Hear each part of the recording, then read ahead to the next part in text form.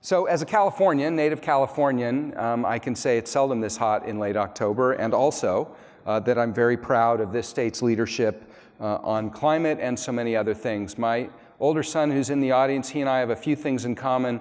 One thing we have in common is we each saw Jerry Brown elected governor when we were 12 years old. I think that's kind of cool. Next year, in September, there's going to be a Global Climate Action Summit. It's going to bring together business, NGOs, civil society, subnational governments, investors, in a show of force and as a way to tell governments, negotiators that we need further action on climate. We have the privilege of hearing from Matt Rodriquez now, who heads the California Environmental Protection Agency, an EPA that still believes in environmental protection. Thank you very much for that. And he'll tell us a bit about the summit.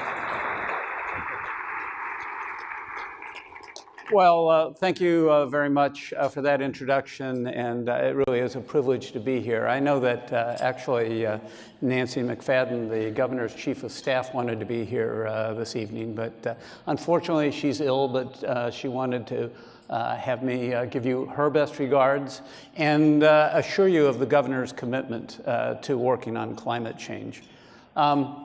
As I got off the plane this evening and was hit by that wall of heat in the airport, I thought, well, this is an appropriate day to be talking about climate change. I thought I would very, very briefly cover for you where we've been in California, where we are right now, and then go to the summit, which really is a preview of where we want to go in the future. When I started as the Secretary for Environmental Protection in 2011, California had embarked on a number of programs to address climate change in California. This effort had started as a bipartisan effort back in 2006, and I think it's very important to emphasize that in California. In particular, we had set a very, very aggressive goal of reducing our greenhouse gas emissions to 1990 levels by the year 2020. And how are we going to get there? Well, there are a number of ways that we identified that you could get there. You could change your energy sources. You could change the way that you use energy and become more energy efficient. You could look at whether you really needed to use as much energy as you used on a day-to-day basis. And being Californians, we decided to do all those things. And so we had in California a wide variety of programs that we were starting back in 2011, ranging from a renewable portfolio standard that wanted us to be to 33% renewable energy by the year 2020.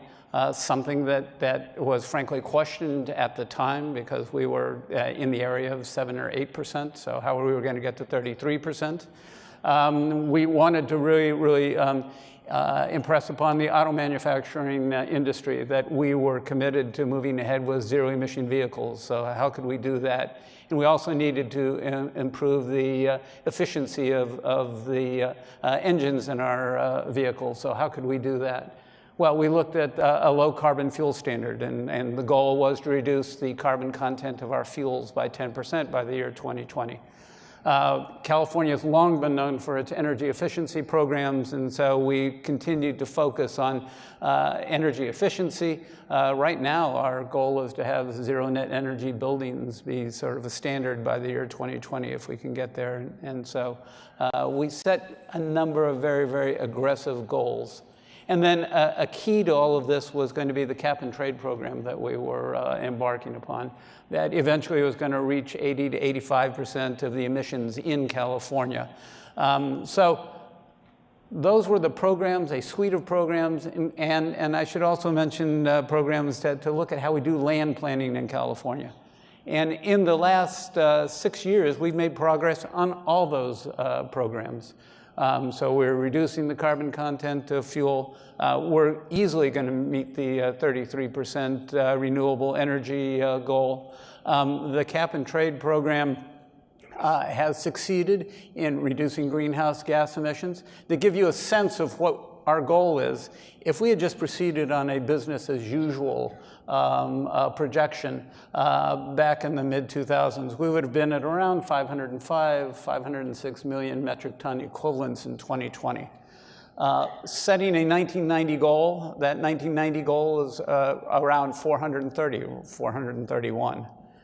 The most complete set of data that we have is for 2015. That shows us at 440.4 million metric tons right now.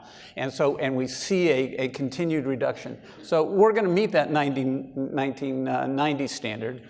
And so that has prompted us to take a look at how we got to where we are today, and look at how we're going to get to our future goals in 2030 and 2050. And I'll describe those in just a second. But let me note that part of the story that we want to get out, because it fuels ambition, is that not only have we been reducing greenhouse gas emissions in the state, but we've been doing so at a time that we've been improving our economy as well. And that's a very, very important part of the story.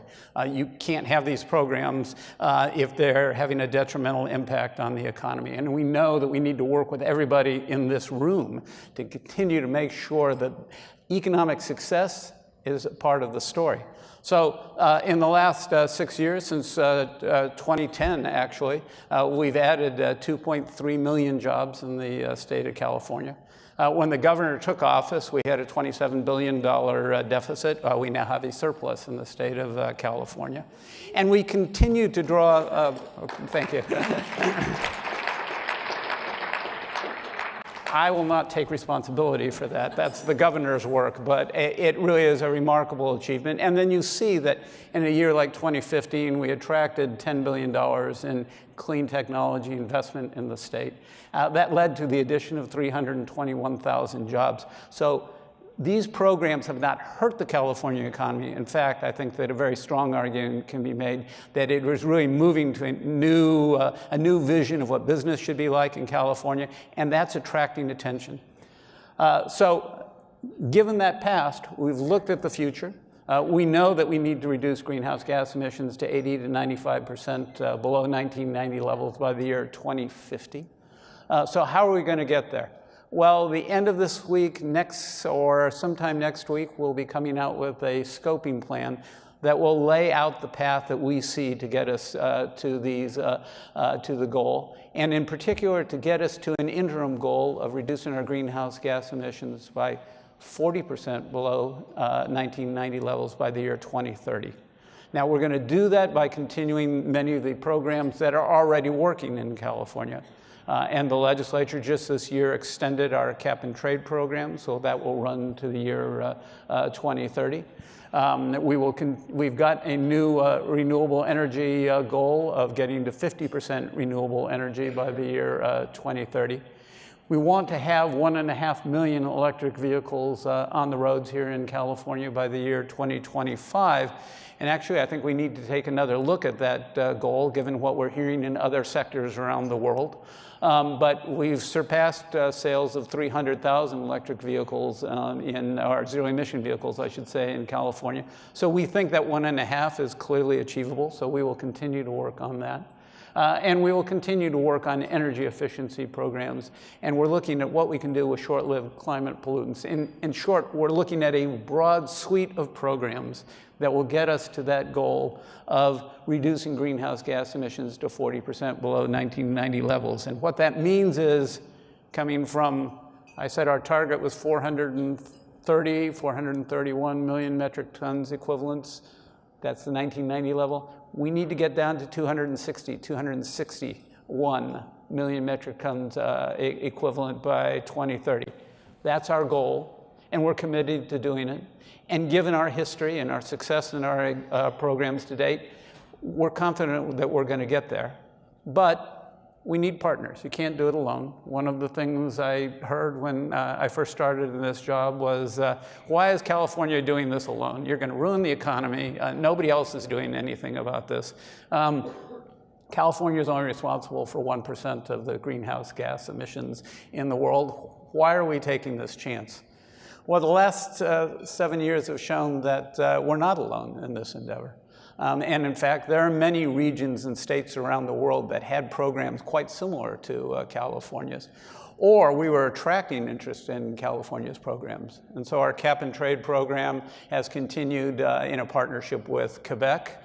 Just last month, the governor signed an agreement with the province of Ontario, and Ontario will be joining the cap and trade program. We've worked with the states. It's here for Canada. We've worked with the states of Oregon and Washington and the Pacific Coast Collaborative.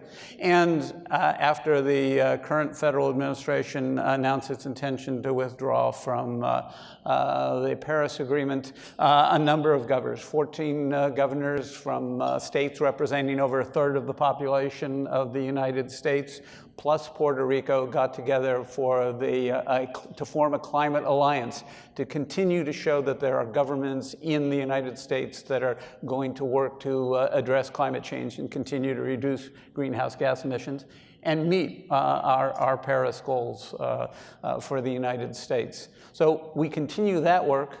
We also continue work internationally.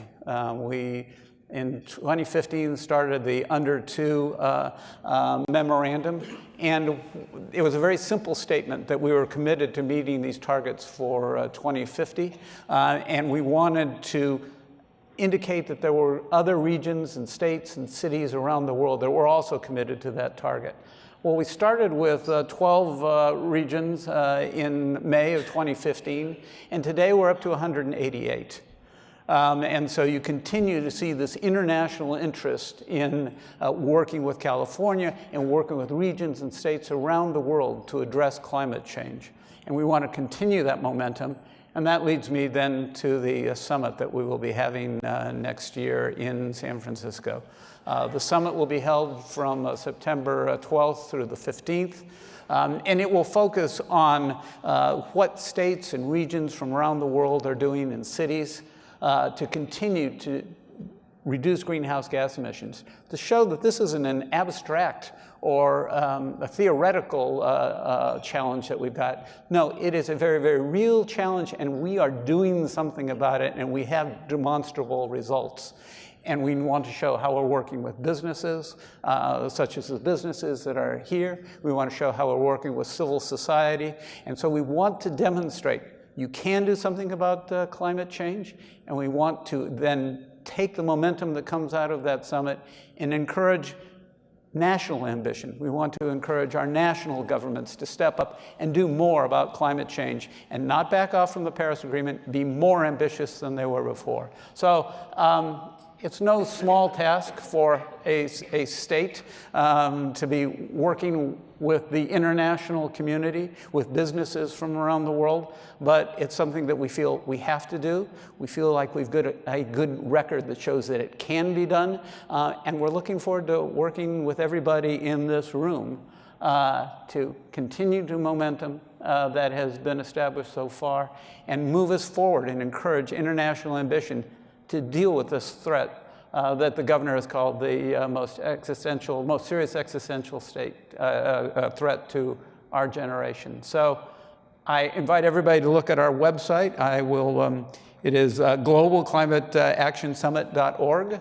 We'll look forward to continuing to work with BSR. We will continue to work with the international community, and I'll look forward to seeing everybody in San Francisco next year. So thank you very much.